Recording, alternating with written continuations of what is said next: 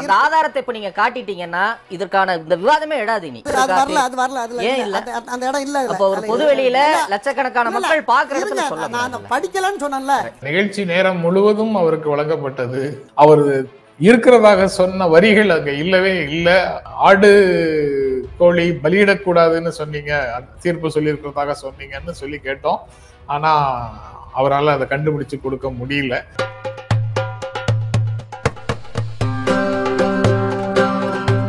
Kareem's Biryani Paradise at Liberty and Catering Services.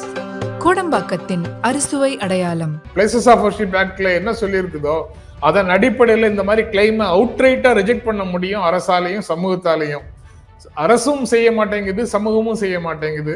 அப்படி இருக்கும்போது என்ன சிக்கல் இருக்கிறதாக நினைக்கிறேன். சமூகத்தினுடைய உணர்வு லெவல் சட்ட ரீதியான உணர்வு லெவலுக்கு கூட வரவில்லையோ அப்படிங்கிற சந்தேகமாக இருக்கு. சட்டம் என்னென்ன உணர்வுகள்ல உருவாக்கப்பட்டதோ அந்த லெவலுக்கே மக்கள் வந்து சேரலன்னா சிக்கல் சமூகத்திட்ட தான் இருக்கு அப்படின்னு நான் நினைக்கிறேன். அதிகாரிகள், ஊழியர்கள் அவர்களையும் சமூகத்தின் ஒரு பகுதியாக இருக்கிறாங்க. அதனால அவர்களுடைய உணர்வும் குறைவாக இருக்கிற காரணத்தினால அவ்வப்போது அவர்கள் மீதும் குற்றச்சாட்டு வருவதாக நான் உணர்கிறேன். மற்றபடி திமுக அரசின் மீது இவங்க சொல்லக்கூடிய குற்றச்சாட்டுகள் எள்ளளவும் உண்மை இல்லை.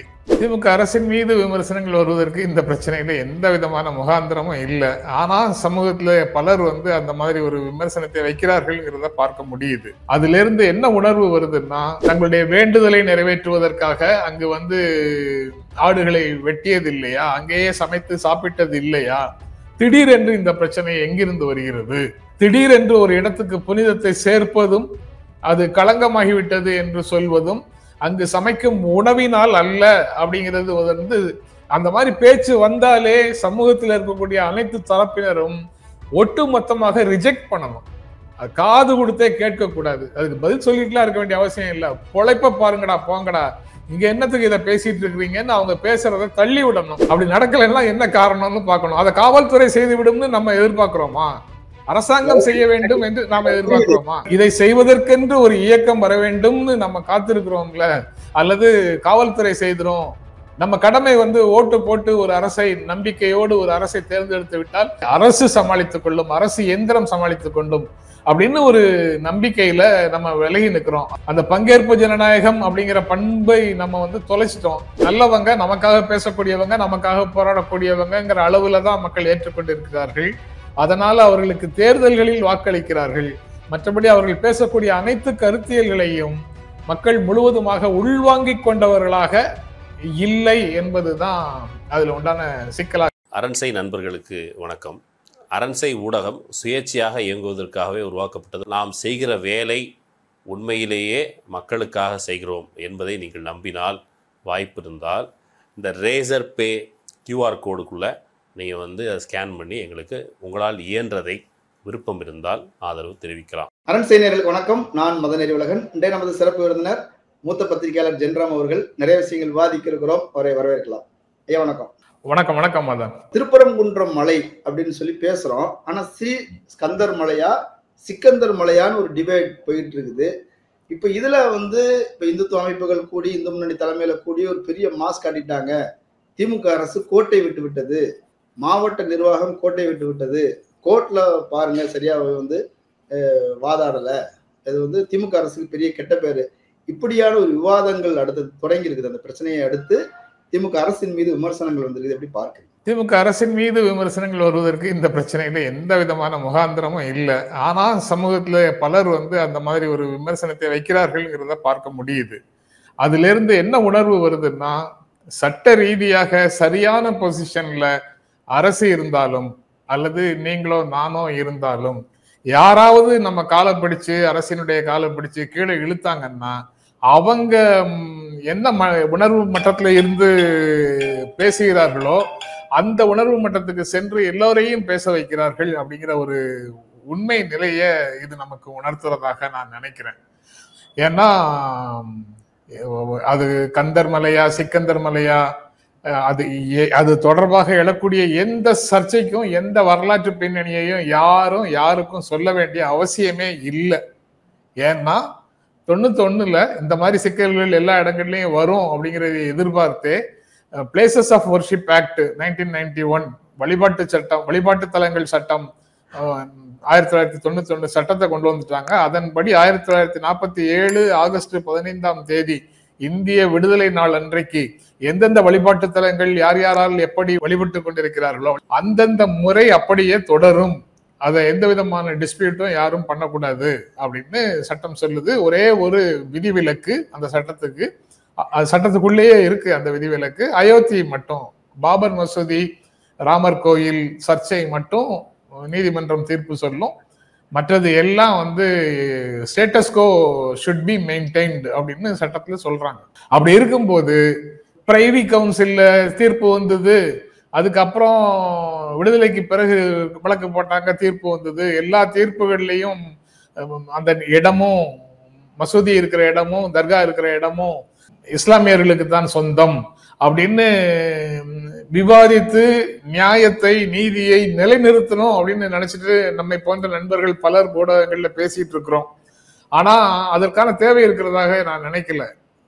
பிளேசஸ் ஆஃப் வர்ஷிப் ஆக்ட்ல என்ன சொல்லி இருக்குதோ அதன் அடிப்படையில் இந்த மாதிரி கிளைமை அவுட்ரைட்டா ரிஜெக்ட் பண்ண முடியும் அரசாலையும் சமூகத்தாலையும்.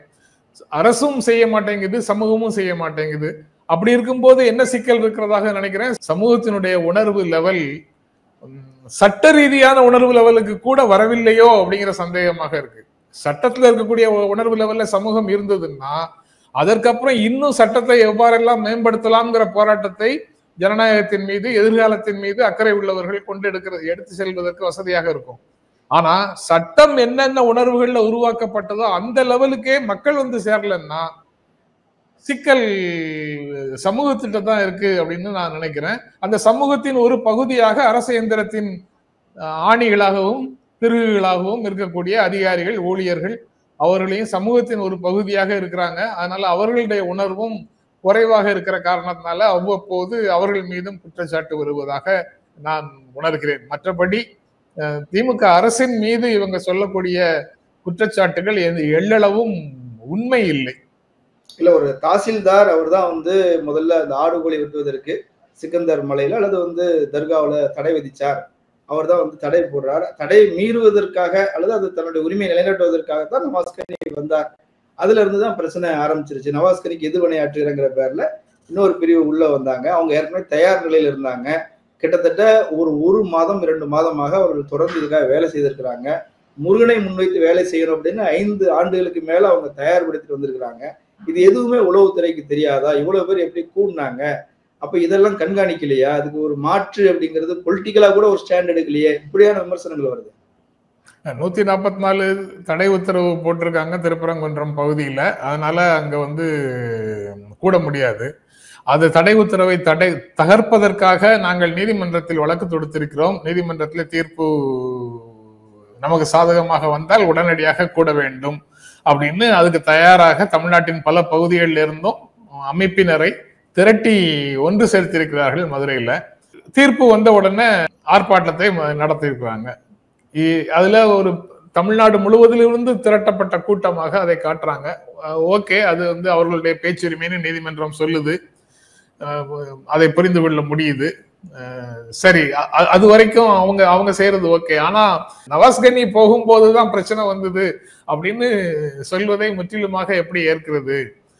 அந்த காலமாக பல தீர்ப்புகளுக்கு பிறகு, பிரைவி கவுன்சில் தீர்ப்பாக இருக்கட்டும், அதுக்கப்புறம் அந்த வழக்குகள்ல தீர்ப்பாக இருக்கட்டும், அதற்கு பிறகு அந்த தர்கா பகுதியில தங்களுடைய வேண்டுதலை நிறைவேற்றுவதற்காக அங்கு வந்து ஆடுகளை வெட்டியது இல்லையா? அங்கேயே சமைத்து சாப்பிட்டது இல்லையா? திடீரென்று இந்த பிரச்சனை எங்கிருந்து வருகிறது? எனக்கு வந்து இறைச்சி உணவு பிடிக்காம இருக்கலாம், அது பழக்கம் இல்லாம இருக்கலாம், அல்லது எனக்கு கற்பிக்கப்பட்ட பண்பாட்டுல அந்த இறைச்சி உணவே இல்லாமல் இருக்கலாம். ஆனா இன்னொருவர் இறைச்சி உண்கிறார் என்பதை நான் எப்படி தவறாக பார்க்க முடியும்? என்னுடைய பண்பாட்டு கண்ணாடியை என் கண் மேல போட்டுட்டு, மூக்கு மேல போட்டுட்டு நான் எப்படி இன்னொருத்தருடைய பண்பாட்டை விமர்சிக்க முடியும்? அப்படி விமர்சிப்பதற்கான எந்த நியாயமும் யாருக்கும் இல்லை. அப்படி இருக்கும்போது புனிதம் அப்படின்னு சொல்லி, அதுவும் இறைச்சி சாப்பிடுவது புனிதத்தை கெடுப்பது அப்படின்னு சொல்வதை மாதிரி உண்மைக்கு மாறான நிலை எதுவும் இல்லை. ஏன்னா எந்த மதத்தில் இவையெல்லாம் கூடாது என்று சொல்லியிருக்கிறது என்று சொல்கிறார்களோ அந்த மதத்தில் அப்படி எதுவும் சொல்லல. அந்த மதத்தை சார்ந்தவர்கள் பெரும்பாலான மக்கள், கொஞ்ச நஞ்சம் இல்லை, யாரோ கொஞ்சம் பேர் சாப்பிட்டாங்கன்னு சொல்ல முடியாது, பெரும்பாலான மக்கள் இறைச்சி உணவை சாப்பிடுகிறவர்களாகத்தான் இருக்கிறார்கள். அப்படி இருக்கும்போது இறைச்சி உணவை அங்கு சமைத்து சாப்பிடக்கூடாது. அதன் மூலமாக மலை தூய்மை கெடுகிறது, மலையின் தூய்மை புனிதம் கெடுகிறது அப்படின்னு சொல்றது ஏற்றுக்கொள்ளக்கூடியது இல்லை. திடீரென்று ஒரு இடத்துக்கு புனிதத்தை சேர்ப்பதும் அது களங்கமாகிவிட்டது என்று சொல்வதும் அங்கு சமைக்கும் உணவினால் அல்ல அப்படிங்கிறது வந்து, அந்த மாதிரி பேச்சு வந்தாலே சமூகத்தில் இருக்கக்கூடிய அனைத்து தரப்பினரும் ஒட்டு மொத்தமாக ரிஜெக்ட் பண்ணணும். அது காது கொடுத்தே கேட்கக்கூடாது. அதுக்கு பதில் சொல்லிட்டுலாம் இருக்க வேண்டிய அவசியம் இல்லை. பொழைப்ப பாருங்கடா, போங்கடா, இங்க என்னத்துக்கு இதை பேசிட்டு இருக்கிறீங்கன்னு அவங்க பேசுறத தள்ளி விடணும். ஆனா அப்படி நடக்கல. அப்படி நடக்கலைன்னா என்ன காரணம்னு பார்க்கணும். அதை காவல்துறை செய்து விடும்னு நம்ம எதிர்பார்க்கிறோமா? அரசாங்கம் செய்ய வேண்டும் என்று நாம எதிர்பார்க்கிறோமா? செய்யறது வந்து சமூகத்தின் ஒரு பொது மனநிலை ஏற்கனவே வந்து சைவம் என்பது புனிதமானது, அசைவம் என்பது அசுத்தமானது, இப்படி ஒரு கற்பிதத்துக்கு பழக்கப்பட்டிருக்குது அப்படின்னு கூட வச்சுக்கலாம். இப்ப அதே சிக்கந்தர் மலை அல்லது வந்து ஸ்கந்தர் மலை அல்லது வந்து திருப்பரங்குன்றம் மலையை சுற்றி மலை அடிவாரத்தில் இருக்கக்கூட பல கோயில்கள், இந்து கோயில்கள்ல ஆடு கோழி வெட்டி பலியிட்டு அங்கேயே மக்கள் வந்து விருந்து சாப்பிடுறதுங்கிறது இன்னும் இருக்கதான் செய்யுது. முருகனே நான்வெஜ் சாப்பிட்டாருங்கிறதெல்லாம் இருக்கதான் செய்யுது. ஆனா இங்க உள்ள முற்போக்கு இயக்கங்கள் அதை வந்து சமூகத்துல ஒரு கருத்தாக்கமாக கொண்டு போய் சேர்க்க தவறிட்டாங்க. முற்போக்கு அமைப்புகள் மீது விமர்சனங்கள் திமுக தரப்புல இருந்து என்ன சொல்றாங்க, நாங்க ஆட்சியில இருக்கிறோம், சட்ட ரீதியா என்ன செய்யணுமோ செய்யறோம், கருத்தியல் ரீதியா வேலை செய்யறவங்க நீங்க என்ன செய்றீங்க அப்படி திருப்பி விடுறாங்களா? அதை எப்படி பார்க்குறீங்க? சமூகத்துல இருக்கிறதுல இதுல முற்போக்கு இயக்கங்கள் அல்லது திராவிட கருத்தியல் கொண்டவர்கள் இவங்க தான் இந்த மாதிரி வேலைகளை செய்யணும் அப்படின்னு இருக்க முடியுமா? ஒரு சயின்டிபிக் டெம்பர், ஒரு ஹிஸ்டாரிக்கல் பெர்ஸ்பெக்டிவ் அப்படின்னு சமூகத்துல ஏதோ படித்து வளர்ந்த சமூகம் தானே இது. அது அவரவர்கள் படித்த படிப்புக்கு நேர்மையாக இருந்தார்கள் என்றால் இந்த பிரச்சனை வந்து சமூகத்துல வரவே கூடாது. அவங்களை சுற்றி இருக்கக்கூடிய ஒரு 100 பேருக்கு இந்த செய்தியை சொன்னாலே போதும். இதை செய்வதற்கென்று ஒரு இயக்கம் வர வேண்டும்னு நம்ம காத்திருக்கிறோம்ல, அல்லது காவல்துறை செய்திரும். நம்ம கடமை வந்து ஓட்டு போட்டு ஒரு அரசை, நம்பிக்கையோடு ஒரு அரசை தேர்ந்தெடுத்து விட்டால் அதற்கு பிறகு இது போன்ற சச்சரவுகளை, சிறு சிறு பிரச்சனைகளை அல்லது பெரிய பிரச்சனையே இருந்தாலும் அந்த பெரிய பிரச்சனைகளை அரசு சமாளித்துக் கொள்ளும், அரசு இயந்திரம் சமாளித்துக் கொள்ளும் அப்படின்னு ஒரு நம்பிக்கையில நம்ம விலகி நிற்கிறோம். அந்த பங்கேற்பு ஜனநாயகம் அப்படிங்கிற பண்பை நம்ம வந்து தொலைச்சிட்டோம். நம்மளுடைய ஜனநாயகம் என்பதனுடைய நமது அதிகபட்சமான புரிதல் 5 ஆண்டுகளுக்கு ஒரு முறை ஓட்டளிப்பது, அதன் மூலமாக ஒரு அரசை தேர்ந்தெடுப்பது, அதற்கு பிறகு அந்த அரசுக்கு 1000 தொல்லைகளை கொடுக்கக்கூடிய அனைத்து வேலைகளையும் நாமே செய்வது அப்படிங்கிற ஒரு நடைமுறைக்குள்ள போயிட்டோம். அதனால யாராவது வந்து நம்ம ருட்டீன்ல ஒரு தொல்லையை கொடுக்கும்போது நம்ம எதிர்பார்ப்பு எல்லாம் காவல்துறைகிட்ட முதல்ல போகுது. காவல்துறை அதுல கொஞ்சம் சுணக்கமாக இருந்தாங்க அல்லது அவங்க எடுக்கிற முடிவு நமக்கு திருப்தி இல்லைன்னா உடனே நம்ம பார்வை நீதிமன்றத்திட்ட போகுது. நீதிமன்றத்திலேயே எடுக்கக்கூடிய முடிவுகள்ல நமக்கு பிரச்சனை இருந்ததுன்னா நீதிமன்றம் இப்படி தவறாக ஒரு சட்டத்தை இன்டர்பிரட் பண்றாங்க, அதனால அந்த சட்டத்தை திருத்துங்கள்னு நம்ம பார்வை அப்போது நாடாளுமன்றத்திட்ட போகுது அல்லது சட்டப்பேரவைகிட்ட போகுது. ஆக இந்த ப்ராசஸ் தான் நம்ம செஞ்சிட்டு இருக்கிறோம் எல்லாரும். நான் இதுக்கு திராவிட இயக்கங்கள் தான் முன் வரணும் அல்லது பொது உடைமை இயக்கங்கள் தான் முன் வரணும் அப்படின்னு நான் எந்த இயக்கத்தையும் தனியாக சொல்லல. ஆனால் சமூகத்தை முன்னோக்கி நகர்த்திட்டு போகின்ற இயக்கங்களினுடைய இயக்கம் பல 10 ஆண்டுகளாக சமூகத்துல குறைந்திருக்கிறது. சமூகத்தை பின்னோக்கி இழுத்து செல்கின்ற இயக்கங்கள், அந்த நோக்கத்தை கொண்ட இயக்கங்களுடைய இயக்கம் சில 10 ஆண்டுகளாக அதிகரித்து கொண்டு வருகிறது. இதுதான் சிக்கலுக்கு அடிப்படையான காரணமாக இருக்குது. இப்ப இந்த விஷயங்கள் சொல்றீங்க, எனக்கு புரியுது. ஆனால் நீதிமன்றத்தில் அரசு தரப்பு வழக்கறிஞர் சரியான முறையில் வாதங்களை எடுத்து வைக்கல. அவர் வந்து ஜின்னா அவர் தான் வாதாடினதா சொல்றாங்க. 144 போட்டிருக்கிறாங்க, அங்க வந்து எப்படி வந்து அனுமதி கொடுக்க முடியும்னு கேட்டிருக்கலாம். அங்க வேற ஏதாவது பிரச்சனை இருக்குதான்னு நீதிபதி கேட்கும் போது அங்க பிரச்சனை இருக்குதுங்கிறத வலியுறுத்தி இருக்கலாம். அவங்க வந்து நேரடியா பாபர் மசூதியோட கம்பேர் பண்ணி அப்படி ஒண்ணு சொல்றாங்க, அப்படி ஒண்ணு இல்லையேன்னு சொல்லி அவங்க முடிச்சுட்டாங்க. ஸோ ஆர்கியூமெண்டே வந்து அங்க சரியா வலுவா வைக்கல அப்படின்னு ஒரு விமர்சனம் வரதானே செய்யுது. அப்படி விமர்சனம் வருது. அப்படித்தான் அவர்கள் அங்கு வாதிட்டு இருந்தார்கள் என்றால் அது கவலைக்குரியது. நீதிமன்றத்துல வந்து அரசு என்ன நடவடிக்கை எடுக்குதோ அதை பற்றி கூட உறுதியான வாதங்களை முன்வைக்கவில்லை என்றால் அது வந்து எந்த விதத்திலையும் ஏற்க முடியாத ஒரு செய்தியாகத்தான் இருக்கு. ஏன்னா இது பிளேசஸ் ஆஃப் வர்ஷிப் ஆக்ட காமிச்சு இந்த பிரச்சனையினுடைய தொடக்கமே தவறு அப்படின்னு சொல்லி கூட முன் வச்சிருக்கலாம். இது வந்து பேச்சுரிமைக்குள்ள வராது, சட்டத்துக்கு மாறான ஒரு கோரிக்கையை முன்வைக்கிறாங்க. நீதிமன்றம் தடுத்திருக்கும் ஒரு கோரிக்கையை முன்வைக்கிறாங்க அப்படின்னு சொல்லி அவங்களுடைய ஸ்பெசிபிக் பிரேயர் என்ன அப்படிங்கிறத கேட்டுக்கலாம். இந்த இதுக்கு பிரேயர் வந்து போராட்டம் நடத்தணும், அவங்க தடை விதித்தது தப்பு, 144 தப்புங்கிறதாக இருக்கலாம். அந்த போராட்டத்திற்கான கோரிக்கை என்ன, எந்த கோரிக்கையை வலியுறுத்தி நடத்துறீங்க? ஒரு சிலர் வந்து நவாஸ் கனி இறைச்சி சாப்பிட்டது தப்பு அப்படின்னு சொல்றாங்க. சிலர் வந்து அங்க இறைச்சி சமைக்கிறதுக்கு அனுமதி கொடுக்கிறது தப்பு அப்படின்னு சொல்றாங்க. சிலர் மலையின் புனிதத்தை காப்பதற்கு அறைகூவல் விடுக்கிறோம், ஒன்றிணையுங்கள் அப்படின்னு கூப்பிடுறாங்க. அங்கு ஒன்று சேர்ந்தவர்கள், ஒன்று கூடியவர்கள் மத்தியிலேயே எந்த முதன்மையான கோரிக்கைக்காக இந்த போராட்டத்தை நடத்துகிறோம் என்ற பார்வை இல்லையே, தெளிவு இல்லையோ அப்படிங்கிற எண்ணம் தான் வருது அங்க நடக்கக்கூடிய நிகழ்வுகளை பார்க்கும்போது. ஆனால் அரசு தரப்புலேருந்து வாதிட்ட வழக்கறிஞர்கள் இப்படி இருக்க முடியாது. நீங்க குறிப்பிடுற மாதிரிதான் அவங்க இருந்திருந்தாங்கன்னா கண்டிப்பாக அப்படி இருக்க முடியாது. அவங்க வந்து இது பேச்சுரிமை இல்லை, கலவரத்தை தூண்டும் முயற்சி. இன்றைய தேதியில் அந்த போராட்டம் நடத்துவதற்கான காரணம் என்ன? நாளை இடைத்தேர்தல் ஒன்று தமிழ்நாட்டில் நடக்க இருக்குது, டெல்லியில சட்டப்பேரவை தேர்தல் ஒன்று நடக்க இருக்குது. அதுல வந்து ஒரு போலரைசேஷனை உருவாக்குவதற்கு இங்கு ஒரு சர்ச்சையை உருவாக்குகிறார்கள். இதுல தடை விதிப்பு அல்லது ஒரு நெருக்கடி, இவர்களுடைய கோரிக்கைக்கும் இவர்களுடைய போராட்டத்தையும் கட்டுப்படுத்துவதற்கு அரசு ஏதேனும் செய்தால் இந்துக்களுக்கு விரோதமான அரசு இது என்று ஒரு குற்றச்சாட்டை முன்வைப்பதற்கு ஒரு தூண்டுதலாக ஒரு நிகழ்வை அவர்கள் கையில் எடுத்திருக்கிறார்கள். அதனால இதனுடைய மெரிட் எல்லாமே நீங்க வந்து இன்று நீங்க பார்க்க வேண்டியதில்லை, அடுத்த வாரத்துல நீங்க பார்த்து அடுத்த வாரத்துல ஒரு நாள் இதற்காக நீங்க நியாயம்னு நினைச்சா அடுத்த வாரத்துல போராடுவதற்கு கூட நீங்க அனுமதிக்கலாம் அப்படின்னு கூட வாதிக்கலாம், எப்படி வேண்டுமானாலும் வாதிக்கலாம். ஆனா அவர் வாதித்தது வந்து கொஞ்சம் அதுல நீங்க ஜின்னாதான் வழக்கறிஞர்னு சொல்லும் போது அதுல வேறொரு சிக்கலும் இருக்கிறதாக நினைக்கிறேன். அவர் பேசியதை வந்து ரிலீஜியஸா கம்யூனலா இன்டர்பிரட் பண்றதுக்கான வாய்ப்பு இருக்குங்கிறதும் உள்ளூர இருக்குதோ அவருடைய ஆர்கியூமெண்டினுடைய கூர்மையை மழுங்கடிப்பதற்கு அப்படிங்கிற எண்ணமும் வருது. அப்படி இருக்கக்கூடாது. அரசை அரசாகத்தான் பார்க்கணும், அரசு வழக்கறிஞரை அரசு வழக்கறிஞராகத்தான் பார்க்கணும். அவர் என்ன சாதி என்ன மதம் என்று பார்த்து பேசுவது சரியாக இருக்காது அப்படின்னு நான் நினைக்கிறேன். ஆனால் எல்லோரும் அப்படி இருக்கிறார்களாங்கிறது தெரியல. அது ஒரு இன்டைரக்டா அவர்கிட்ட மறைமுகமாக அவரிடம் செல்வாக்கு செலுத்தி இருக்குமோ என்ற சந்தேகமும் வருது.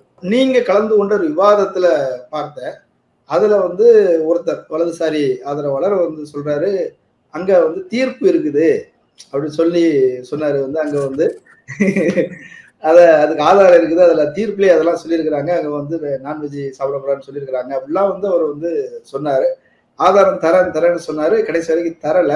அந்த நிகழ்ச்சி முடிஞ்ச பிறவாது அந்த ஆதாரத்தை கொடுத்தாரா? உங்களுக்கு ஏதாவது தெரியுமா? இல்ல, அந்த நிகழ்ச்சி நேரம் முழுவதும் அவருக்கு வழங்கப்பட்டது. அவர் அந்த வெர்டிக்ட கையில வச்சுக்கிட்டு தான் இருக்கிறாரு, போன்ல அவர் அந்த வெர்டிக்ட் தான் பாக்குறாரு, திரும்பி திரும்பி மேலேயும் கீழேயுமாக படிக்கிறாரு. அவர் இருக்கிறதாக சொன்ன வரிகள் அங்க இல்லவே இல்லை. அதனால கடைசியில ஓனர்ஷிப் தொடர்பான வரிகளை மட்டும் படிக்க தொடங்கினாரு. அதை யாருமே டிஸ்பியூட் பண்ணல. ஓனர்ஷிப் தொடர்பாக பிரைவி கவுன்சில் சொன்னது மசூதிக்கு தான் சொந்தம், தர்காவுக்கு தான் சொந்தம்னு சொன்னதை யாருமே சர்ச்சைக்கு உள்ளாக்கல. புனிதம் கிடக்கூடாது, மலையே எங்களுக்கு தான் பேசக்கூடிய டால் கிளைம்ஸ் வச்சுக்கக்கூடிய நபர்களை விட்டுருங்க. சாதாரணமாக இருக்கக்கூடியவங்க யாரும் அந்த ஏரியாவுக்குள்ள வரவே இல்லை. அதனால அது இல்லை. நீங்க சொன்னது அங்கு ஆடு கோழி பலியிடக்கூடாதுன்னு சொன்னீங்க, தீர்ப்பு சொல்லியிருக்கிறதாக சொன்னீங்கன்னு சொல்லி கேட்டோம். ஆனா அவரால் அதை கண்டுபிடிச்சு கொடுக்க முடியல. அப்படி ஒரு தீர்ப்பே வந்திருந்தா கூட பிரைவி கவுன்சில் வெர்டிக்ட் வந்து இந்திய விடுதலைக்கு முந்தையது, 1931 வந்த தீர்ப்பு அது. அதனால இந்திய விடுதலைக்கு பிறகு அதற்கு முன் இருந்த அனைத்து சட்ட பிரிவுகளும் இந்திய அரசமைப்பு சட்டத்தின் உணர்வுகளுக்கு வரிகளுக்கு விரோதமாக இருந்தால் அந்த முந்தைய சட்டங்கள் செல்லாது அப்படிங்கிறது தெளிவாக அரசமைப்பு சட்டத்துல வரையறுக்கப்பட்டிருக்கிறது. ஆனா அவங்க பல்வேறு விஷயங்களுக்கு அம்பேத்கரை உயர்த்தி பேச வருகிறார்கள். ஆனா அம்பேத்கருடைய தலைமையில உருவாக்கப்பட்ட அரசமைப்பு சட்டத்தை மட்டும் அவங்க ஏற்க மறுக்கிறாங்க. அதற்கு முந்தைய அரசமைப்பு சட்ட காலத்திற்கும் முந்தைய பிரிட்டிஷாருடைய இந்தியன் ஆக்ட் அது இருக்கு, அது ரைட், ஓகே. அதற்கும் முந்தைய காலத்துல வெவ்வேறு பகுதிகளில் பல சமஸ்தானங்கள்ல இருந்த மனுநீதியாக இருக்கட்டும் அல்லது வேறு அந்தந்த பகுதிகளில் இருந்த சட்டங்களாகட்டும், அவற்றையெல்லாம் உயிர்ப்பித்து கொண்டு வந்து இதை ஒரு கலவர நிலமாக மாற்றுவதற்கான முயற்சியை தான் சிலர் செய்கிறார்கள். பலர் மௌனமாக இருக்கிறார்கள். அதனால இந்த சிலருடைய குரல் வலிமையாக ஒலிக்கிறது அப்படிங்கிற மாதிரி தான் தெரியுது. சிலருடைய குரல் வலிமையா இருக்குது, பலருடைய குரல் மௌனமா இருக்குது அப்படின்னு சொல்லியிருக்கீங்க. தமிழ்நாட்டில்தான் முற்போக்கு இயக்கங்கள் நிறைய இருக்குது. சிறு சிறு அமைப்பா இருந்தாலும் சரி, பெரிய கட்சிகளாக இருந்தாலும் சரி. இன்னைக்கு திமுக தலைமையில இருக்க கூட்டணியே ஒரு முற்போக்கு அரசியல் சிந்தனை கொண்ட கூட்டணி தான். அவர்கள் இதுல ஒரு மாற்று அப்படின்னு ஒண்ணு செஞ்சிருக்கலாம் இல்லையா? அப்ப அவர்கள் 3% ஓட்டுன்னு கிண்டல் பண்றோம். ஆனா இவர்கள் தான் 46% இருந்து 54% வரைக்கும் ஓட்டுகளை கூட குறைய பெற்றவர்கள். இவர்கள் தரப்பிலிருந்து ஏதோ ஒரு கட்சியை சிபிஎம்மோ சிபிஐயோ விசிகாவோ அல்லது திமுகவோ ஏதோ ஒரு முன்னெடுத்து இருந்திருக்கலாம். அல்லது இயக்கங்கள் இருக்கிறாங்க, பெரியார் உணர்வாளர் கூட்டமைப்பு எல்லாம் செய்யறாங்க, அம்பேத்கர் நீல சட்ட பேரெல்லாம் நடத்துறாங்க. ஏன் இந்த ஏரியாவுக்குள்ள அவங்களால வர முடியலன்னு நினைக்கிறேன். பல்வேறு அமைப்புகள் இருக்கு தமிழ்நாட்டுல அந்த பண்பாடு, அதாவது இந்த முற்போக்கு இயக்கங்களின் பண்பாடு ஆழமாக மக்களிடம் வேரூன்றி இருக்கிறது. எல்லாமே இருக்கு, உண்மைதான், புரிந்து கொள்ளக்கூடியது, ஏற்றுக்கொள்ளக்கூடியது. ஆனா அந்த அமைப்புகள் எல்லாவற்றுக்கும் முன்னுரிமைகள் மாறிட்டு இருக்குது. அவங்க அதிகமாக கான்சென்ட்ரேட் பண்ணி கவனம் கொடுத்து கவனத்தை குவித்து அதிகமாக அவர்கள் மக்களிடத்துல வேலை செய்தது ஒவ்வொருவரும் ஒவ்வொரு விஷயத்துக்காக வேலை செய்திருக்கிறாங்க. இந்த மாதிரி சட்டத்துக்கு விரோதமாக ஒரு நல்லிணக்கமான அரேஞ்ச்மெண்ட்டுக்கு நல்லிணக்கமான ஒரு ஏற்பாட்டுக்கு விரோதமாக புதிய புதிய கோரிக்கைகளோடு அல்லது புதிய புதிய சர்ச்சைகளோடு மனிதர்கள் வருவார்கள் என்ற எதிர்பார்ப்பே அந்த காலத்தை எல்லாம் தாண்டி வந்துட்டோம். இந்திய அரசமைப்பு சட்டம் நடைமுறைக்கு வந்ததற்கு பிறகு மீண்டும் அதைவிட பழைய காலத்திற்கு நம்மை இழுத்து செல்வதற்கான சூழல் வராது அப்படின்னு ஒருவேளை எல்லாரும் நினைத்திருக்க கூடும். அதனால பொருளாதார பிரச்சனைகளுக்கு முன்னுரிமை கொடுத்து, தொழிற்சங்கம் அமைப்பதற்கு முன்னுரிமை கொடுத்து, சமூக ரீதியான விஷயங்களுக்கு முன்னுரிமை கொடுத்து வேலை செய்தவர்கள் வேலை செய்தார்கள். பண்பாட்டு தளத்துல வேலை செய்தவங்க பண்பாட்டு தளத்துல வேலை செய்யறாங்க. எல்லா அமைப்புகளுக்கும், கட்சிகள் என்று பார்த்தால் எல்லா கட்சிகளுக்கும் பண்பாட்டு தளத்துல வேலை செய்யறதுக்கு அமைப்பு இருக்கு, சமூக தளத்துல வேலை செய்யறதுக்கு அமைப்பு இருக்கு, பொருளாதார தளத்துல வேலை செய்யறதுக்கு அமைப்பு இருக்கு, விவசாயிகள் தொழிலாளர்கள் தரப்புல வேலை செய்யறதுக்கு அமைப்பு இருக்கு. ஆனா காலங்காலமாக மக்களுடைய தலையில அவர்களே அறியாமல் திணிக்கப்பட்ட கருத்தியல்களுக்கு இருக்கக்கூடிய வலிமை இந்த அமைப்புகளுடைய செயல்பாட்டுல வந்திருக்கக்கூடிய மாற்று கருத்துக்களுக்கான வலிமையாக வளரவில்லை. அந்த பிரச்சாரத்தையும் அவர்களுடைய செயல்பாடுகளையும் ஓரளவுக்கு நல்லவங்க, நமக்காக பேசக்கூடியவங்க, நமக்காக போராடக்கூடியவங்கிற அளவுல தான் மக்கள் ஏற்றுக்கொண்டிருக்கிறார்கள். அதனால அவர்களுக்கு தேர்தல்களில் வாக்களிக்கிறார்கள். மற்றபடி அவர்கள் பேசக்கூடிய அனைத்து கருத்தியல்களையும் மக்கள் முழுவதுமாக உள்வாங்கிக் கொண்டவர்களாக இல்லை என்பதுதான் அதுல உண்டான சிக்கலாக இருக்கு. மாறாக தீண்டாமை ஒழிப்பு முன்னணி, முற்போக்கு எழுத்தாளர் சங்கம் இருக்குது, மத நல்லிணக்கத்திற்கான ஒரு ஆர்கனைசேஷன், ஒரு கூட்டமைப்பு. அவர்கள் கூட்டணிகள் மாறலாம், தேர்தல் கணக்குகள் மாறலாம். ஒரு புது பிளாட்ஃபார்ம் ஒண்ணு எல்லா மாவட்டங்கள்லயும் வேணும், எல்லா பகுதிகளிலும் கிராமங்கள் வரைக்கும் ஒவ்வொரு உறுப்பினர்களை உருவாக்க முடியும் தானே? இதெல்லாம் சாத்தியம் தானே? சாத்தியம்தான். அந்த வேலையை செய்யணும். அது தொடர்பாக பல்வேறு அரங்கங்கள்ல பல்வேறு பிரச்சனைகள்ல பேசிட்டு இருக்கிறோம். துண்டு துண்டா தனித்தனியாக தனிநபர்கள் பேசிட்டு இருக்காங்க. நீங்க அரண்சை வீடியோக்கள்ல எடுத்து பார்த்துருந்தீங்கன்னா தோழர் மருதையனோ அசீஃபோ அல்லது நீங்களோ அல்லது குறிப்பாக நீங்க 2 பேரும் சதீஷ் என்று நீங்க 2 பேரும் புதிதாக செய்கின்ற நிகழ்ச்சிகள்லயோ, மகிழ்நன் நடத்தியிருந்த உரையாடல்கள்லயோ, தேவா நடத்தியிருந்த உரையாடல்கள்லயோ எங்க இருந்தும் நிறைய இடங்கள்ல இது கருத்தாக கூட வந்திருக்க கூடும். ஆனா நடைமுறையில வரல. தமிழக ஒற்றுமை மேடைன்னு ஒரு அமைப்பு இடதுசாரிகளுடைய ஜனநாயக உணர்வு கொண்டவர்களுடைய முன்முயற்சியில ஒரு 5 ஆண்டுகளுக்குள்ள உருவாக்கப்பட்டது. தொடக்கமாகவும் சில நகரங்கள்ல அதனுடைய கூட்டங்களும் நடந்தது. அதுக்கப்புறம் கண்ணுக்கு முன்னால இருக்கக்கூடிய பேராபத்தை அதனுடைய டைமென்ஷன்ல புரிந்துக்காத நபர்களாக பலர் இருக்கிறாங்களோங்கிற எண்ணம் எனக்குள்ள வருது. அவற்றையெல்லாம் வெறும் தேர்தல் அச்சுறுத்தல், அதிகார பறிப்புக்கான அச்சுறுத்தல், ஆட்சி மாற்றத்துக்கான அச்சுறுத்தல் என்ற அளவுல மட்டும் பலர் பார்த்து கொண்டிருக்கிறார்களோ அப்படிங்கிற எண்ணம் வருது.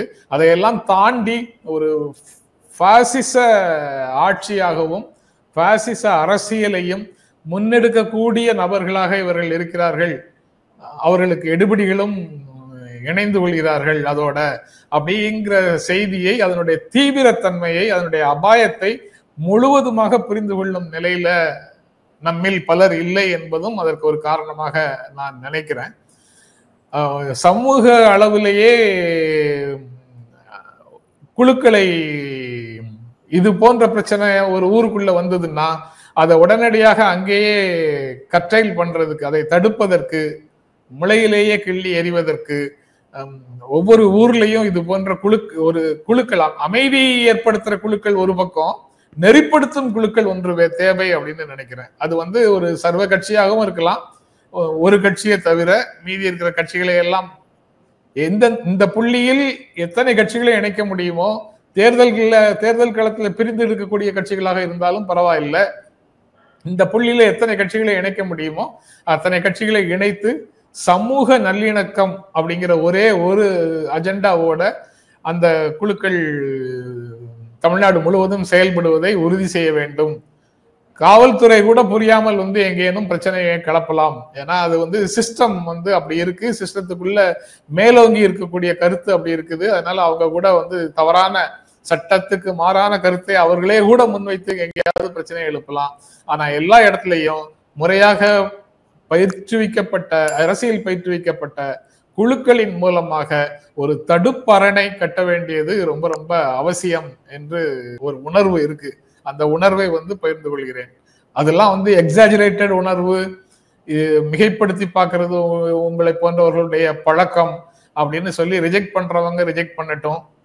ஆனா அதுல ஏதேனும் அதுல கவனம் செலுத்தணும், ஆய்வு செய்யணும், அதுக்கப்புறம் தேவையா தேவையில்லையாங்கிறத முடிவு செய்து கொள்வோம் என்ற அளவிலேயாவது முதன்மையான அரசியல் கட்சிகள் கவனத்தில் கொள்ள வேண்டும் அப்படிங்கிற உணர்வு தான் வருது.